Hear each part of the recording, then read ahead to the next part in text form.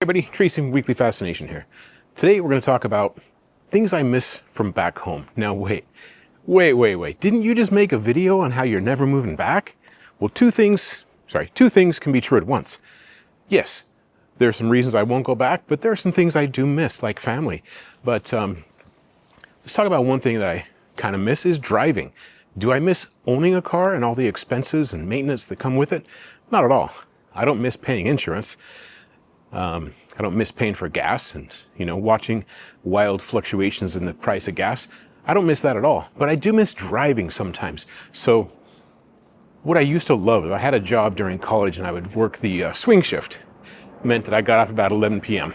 and I would drive home at this nice Honda Civic, and it was a great car, had a great stereo, aftermarket stereo, somebody put in it, I got the car used, and I would listen to Mozart on the freeway. And it was such a relaxing drive to drive home, listen to some Mozart. And if you know this channel, you know I love stuff like Van Halen, but I also love good music. I love Mozart. And I used to listen to Mozart in the car at night on the freeway when there was nobody else around. Driving down I-80, that's Interstate 80. And it was just such a good experience. So I miss doing that. I miss having the freedom of a car. So here, as I walk through different neighborhoods and I'm carrying, my bag with me, I'm carrying camera equipment with me. What I miss about having a car is you can just put stuff in the back seat or the trunk and you don't have to lug it around with you. So a couple weeks ago, went to the outlet mall and took a bus out there from Shibuya to Gotemba. It's a really fun outlet mall. Prices are great for the new job. I needed some work shirts and stuff. And doing CrossFit, I dropped a couple pounds, so I was able to wear some, smaller size shirts, and that was a thrill. In fact, I wanted to buy more just because I could. But what what happened is, on the way home, I had to carry all these shopping bags, right? I bought a new pair of shoes, I got some new shirts, I got some new shorts, and, had to carry everything back. If I could just put it in the back seat of the car, or the trunk of the car, that'd be so nice. And that goes along with shopping. So when I go shopping here, I buy less, first of all, because I shop more times per week, actually. I don't go to a place like Costco. There is a Costco here in Japan, but I don't have a car, so I don't go. It's not convenient to get to by car, and if you buy cases of food, a couple cases of water, you can't lug that home on the train.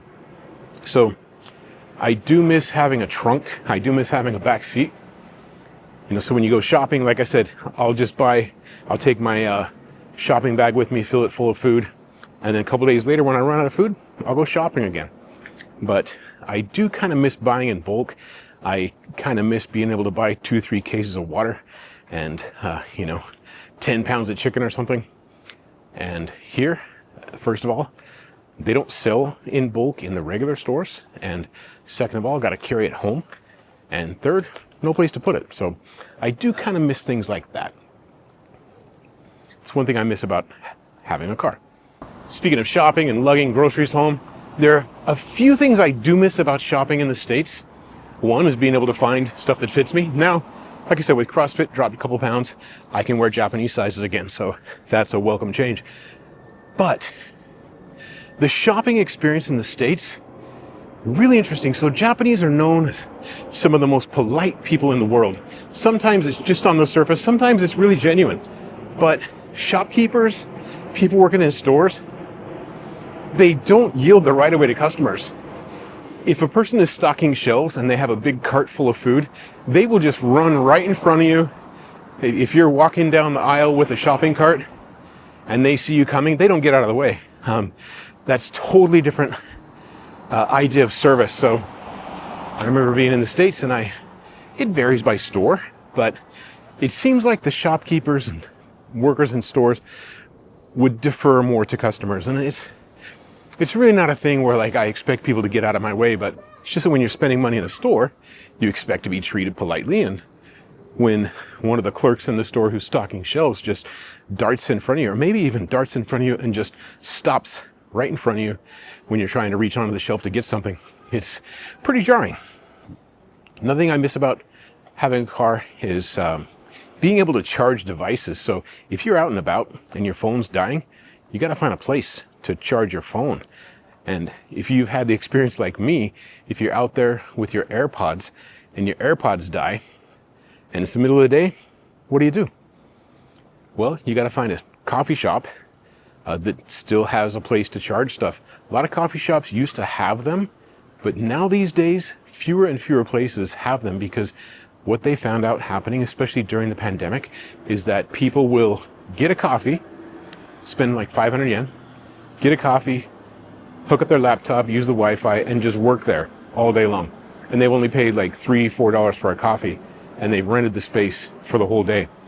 And coffee shops can't make money like that. Also, miss being able to listen to music on a nice stereo when you're commuting. So with subways and trains, you're stuck with AirPods, and they're great and everything, but you got to stick this thing in your ear, hope it doesn't fall out, and they die. If it's not charged, you could be stuck for half the day without any music, or the commute home without any music, and that kind of sucks. So I miss having a place to listen to music. One thing you don't see in Japan, kind of a sidetrack, one thing you don't see in Japan is you don't see people playing loud music in their car. I see a lot of nice cars, see a lot of loud cars, but people don't crank up the music in their car when they're driving around. And I really appreciate that. Another thing you don't see is people singing along with the music as they're driving. So it's kind of a little cultural difference there. It also goes back to personal space. So, of course, Tokyo is very crowded. When I talk about Japan, I actually mean Tokyo. Tokyo is just crowded everywhere you go. I've kind of given up on trying to find a quiet place to film in public, because when you go out in public, the public shows up, right? So cars are going to go by, people are going to go by. Here's some taxis going past me. You'll hear all that. There's airplanes overhead. But it is a personal space. So I talked before about how Japanese people tend to become cell phone zombies in public. I remember walking through a train station and just dodging people constantly because they're walking towards you with their head down like this. And it's so safe here. You don't really have to worry about people, getting violent with you. I'm sure it happens, but you don't have to worry about it as much. So back in the States, I always had my head on a swivel. I would put my phone in my pocket, and unless there's a phone call I got to take, but I would always look where I was going. And I do kind of miss that. When you get on a train, just expect that you're going to be packed in like sardines with 1,000 of your best friends. And that train ride could go for an hour, half hour. I'm pretty lucky. I'm pretty spoiled because my train ride to work is, just a couple stations. Don't really have a lot of room to complain, but it is a personal space. So what was really shocking when I moved to Tokyo in 2014 was, as I would walk down the sidewalk, people would come out of a store or a restaurant and just jump into the sidewalk. Don't look left or right. Just jump into the sidewalk. Doesn't matter if there's somebody coming. I always thought that was pretty weird because, they're the most polite people in the world, right? Why is this person, or 3 or 4 of them, running out of this, not running, but like bouncing out of this restaurant right in front of me when it's obvious there's somebody coming, right? Didn't think anything of it. They didn't think it was rude. I mentioned this to a friend. They're like, well, if you don't just run out of the store, if you're looking left and right, you're going to be waiting a long time. So guess you just got to take that opportunity and, come what may. And people are so polite that if you jump in front of them when you're coming out of a store, people will just kind of wait. They'll stop. And, that's the culture. Another thing I miss about living in the States is people will just tell you what they think. And now, once again, going back to culture, when we make the mistake of thinking, well, they're just like us. They just look different or dress different, speak another language. Well, they're not like us. So going way back in history, and maybe some Japanese people can correct me in the comments here, but way back in history when there was like a shogun, and daimyo, and samurai, you could actually get in a lot of trouble for speaking out against the wrong person. So if you criticize the wrong person, you can get in a lot of trouble. There are stories in history books of people actually losing their life because they refuse to yield the right of way to a warlord. So Japanese people, rather than, saying what they think verbally, would learn to say things in a nonverbal way or a more indirect way. And so if you've grown up doing that, using indirect communication, using body language. And what they say in Japan, they say kukuyoyoma, read the room, right? Or read the air. If you've grown up doing that, people aren't even thinking, I really wish I could say what I think, but I gotta find a roundabout way to say it. No, the first thing that comes to mind is a roundabout way of saying what they're thinking. So let's say this happened to a friend of mine who asked a nice girl on a date, and he suggested this great Italian restaurant. Kind of find out she didn't want to go there, but she didn't say that. She just kept offering alternatives. Oh, if you like Italian food, there's this other place nearby. He was so confused, like, well, I went to all this trouble to find a nice Italian place that's in my budget, and I suggested going there, and you keep giving me like, why can't we just go to this place that I found? Like, it's good. And she said, well, there's a French place nearby. And I'm like, okay, why are we going around in circles? But the thing was, she didn't want to go there, but that was not the first thing on her mind. The first thing on her mind was, I need to offer an alternative. I need to, kind of get him to think of some other place to go, because deep down I don't want to go there, but that's not even in my vocabulary. So it can get frustrating dealing with Japanese people, and I totally get it. It can get frustrating dealing with Americans because we just say what we think. Like, hey, how about this pizza place? I hate pizza. Oh, okay. Well, that just kind of shut down the conversation there, right? So one thing that a lot of foreigners like myself who've lived in Japan a long time is we also learn to speak in a more indirect manner. And now that can be frustrating with our friends back home, because they'll say, like, what do you think about this? And I often tell a white lie, so I haven't thought about that at all. And that keeps me out of a lot of trouble, but I'm sure it's frustrating for my friends back home. So yeah, sometimes do I miss direct communication? Absolutely. Sometimes I just wish somebody would say, like, oh, I don't want to go there, or no, thank you. This happens to a lot of my friends who are, trying to date in Japan. They'll have a great conversation. They'll get somebody's Line, which is the messaging app, or their Instagram, and they say, hey, let's go out. I'd love to. Can't wait. Send me a message. See you next week. And then when they send her a message, she just ghosts them. And he's like, well, what happened? We had such a great conversation, and she said she wanted to go out. So what happened? Well, the thing is, she's not going to say, I don't want to go out with you, or no, thank you. She's going to say yes. And as soon as you message her, she's going to either block you or ghost you, and then that's it. Like I said, people have not been taught to communicate directly. They've been taught to communicate in a roundabout way. So that's the first communication method that comes to mind. They don't automatically think like, no, and I got to find a roundabout way to tell you. They automatically think of, okay, how can I get out of this situation without causing friction? Indirect communication is all about avoiding friction. And if I've tried to explain this to a couple of Japanese friends of mine, if you say yes and then ghost me, I'm actually going to be more upset than if you just said no. But the default is indirect communication, and I don't think that's ever going to change. Another thing I miss about living in the States is having people over, right? Just having people over casually. I mean, in the States, in some neighborhoods, friends or family can just drop by, see what you're doing. Maybe you invite them in for a cup of coffee. Maybe you say, hey, I'm just on my way out, or we're just starting dinner, come back again later. But in Japan, since the city is so spread out and all my friends don't live in the same neighborhood, it would, first of all, take them about an hour door to door. And then if they just drop by and I say, hey, I'm busy, sorry, let's do it another time, well, then they just wasted an hour to get there. But if you're in your car in the States and you're driving through the neighborhood and you just, you're about to stop at Walmart or something and you see your friend's house and they're outside, you can just stop by and say hi, right? Doesn't work like that in Japan. Maybe out in the country. I've actually been visiting friends in the country and somebody will be driving by and they'll stop and say, oh, hey, what's going on? And they'll stop and talk for a minute, but normally friends just don't drop by. Yeah, I do kind of miss having people over. I do kind of miss having family gatherings at home. It's so nice when you can cook. There's a coffee maker there. You can make a pot of coffee and, you have a dining room you can sit at and eat dinner. And then when dinner's over, you can all gather in the living room. And I do kind of miss doing that. My place, the living room, dining room, kitchen, all one room. So I'm not having people over anytime soon. How do we entertain then? So what do we do for holidays and things like that? Well, we go to a nice restaurant.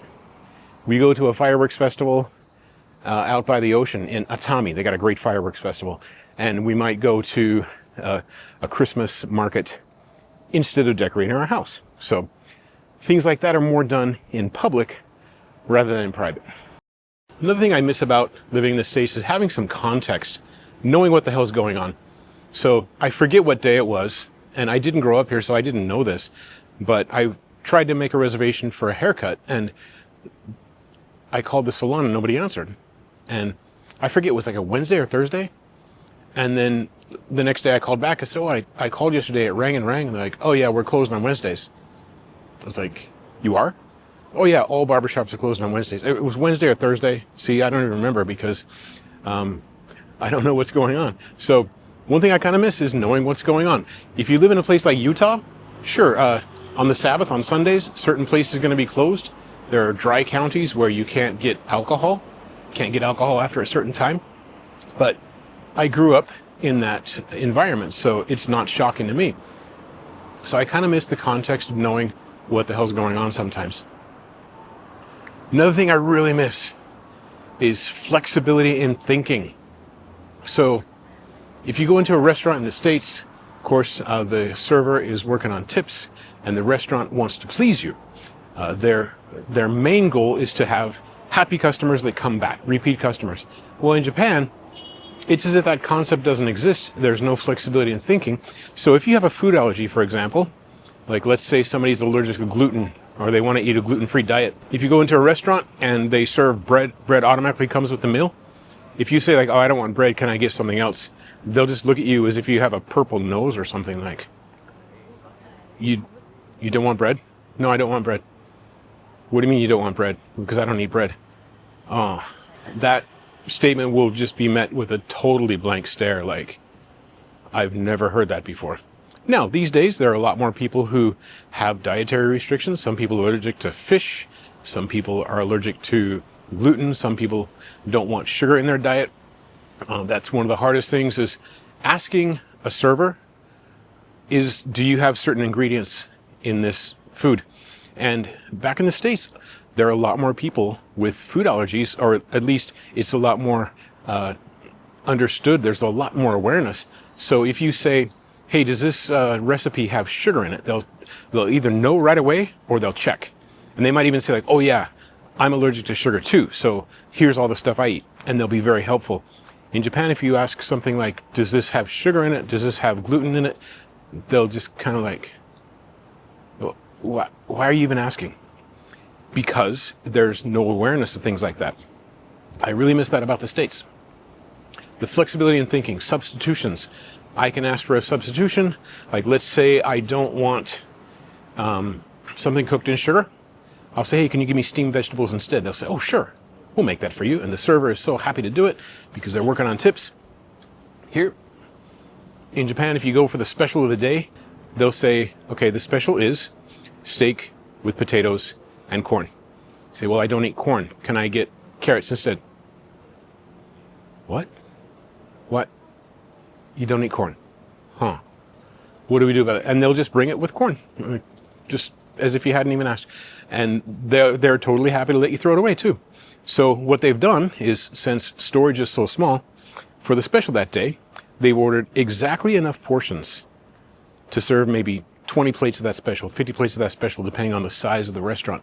And if somebody asks for something to be changed, it's such a foreign concept that's like, we don't know what to do with this guy. And I've heard whispers of, mendokusai, that guy's a pain in the ass. So, and I'm really not. I'm just trying to take care of my health. Like, I'm not trying to be a pain. I just want to have energy and be able to perform. But it's such a foreign concept to ask for a substitution that most of the time I just give up. Like, okay, ain't worth it. Alcohol. I've talked about alcohol on this channel before. Alcohol is such a part of the culture in Japan that it's such a foreign concept that somebody wouldn't drink, that it starts this interrogation of, if we're out, with coworkers and I say like, oh, can I get the soft drink menu? I'll take a tea or I'll take ginger ale or something. Go a little wild, have some sparkling water. That starts like a 5-10 minute interrogation on, why don't you drink? What happens when you drink? Did you ever try drinking? And it's like, alcohol is the only drug that when you say you don't partake of it, people think you got a problem. and this is true pretty much universally, but I've had these interrogations of like, and honestly, I don't drink because I don't like the way it makes me feel. I feel sick. I don't feel well the next day. So why do that to my body, right? Especially I got to wake up at 6 o'clock to go to CrossFit. So why would I do that to myself? Also, I have a job where I need to perform every day. So why would I handicap myself like that? So the interrogation starts. Why don't you drink? Well, I don't like the way it makes me feel. Well, what happens when you drink? Have you tried beer? Well, that has alcohol in it, doesn't it? Oh, it does. Yeah. What about wine? Wine has alcohol in it, doesn't it?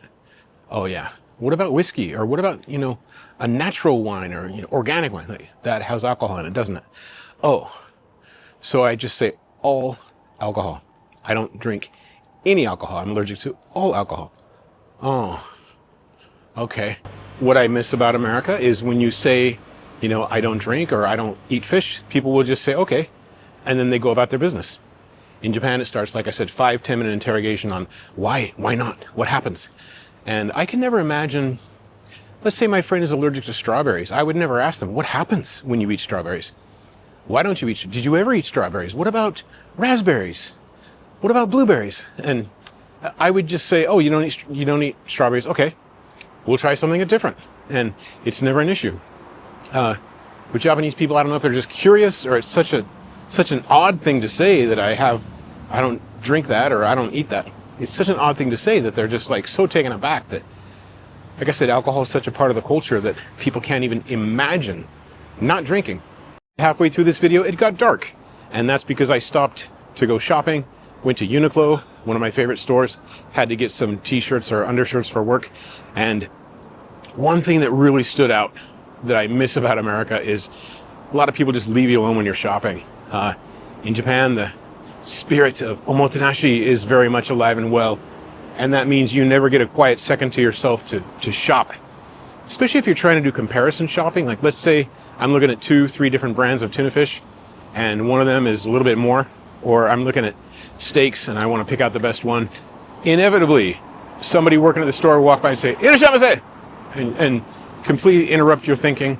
And I don't really appreciate that, but it happens on a daily basis. I'm kind of used to it. So that's just one thing that I miss about America. Now, on the opposite side of that is sometimes people are not very helpful. They're a part-time worker. They may not be enjoying their job. And you say, hey, do you have this in stock? And they'll say, if it's not on the shelf, we don't have it. So not very helpful. In Japan, the people are a little more helpful. Sometimes they're too helpful, and that's my complaint. Another thing about stores is sometimes they have music that doesn't even fit the context. I've gone into rural, small town, little supermarkets, and they'll have heavy metal blasting on the speakers. And I just wonder, is this, like, you trying to create some kind of like impulse shopping thing here where people just come in and grab stuff and it's so loud and obnoxious they just want to get out? Maybe that's the thing, or maybe they think, well, it's a store, we got to play music. So who knows? So yes, even though there's some things I miss about living back in the States, I've already decided I'm going to stay here. So yes, 2 things can be true at once. There are things that I miss, but I'm also not moving back. So there you have it.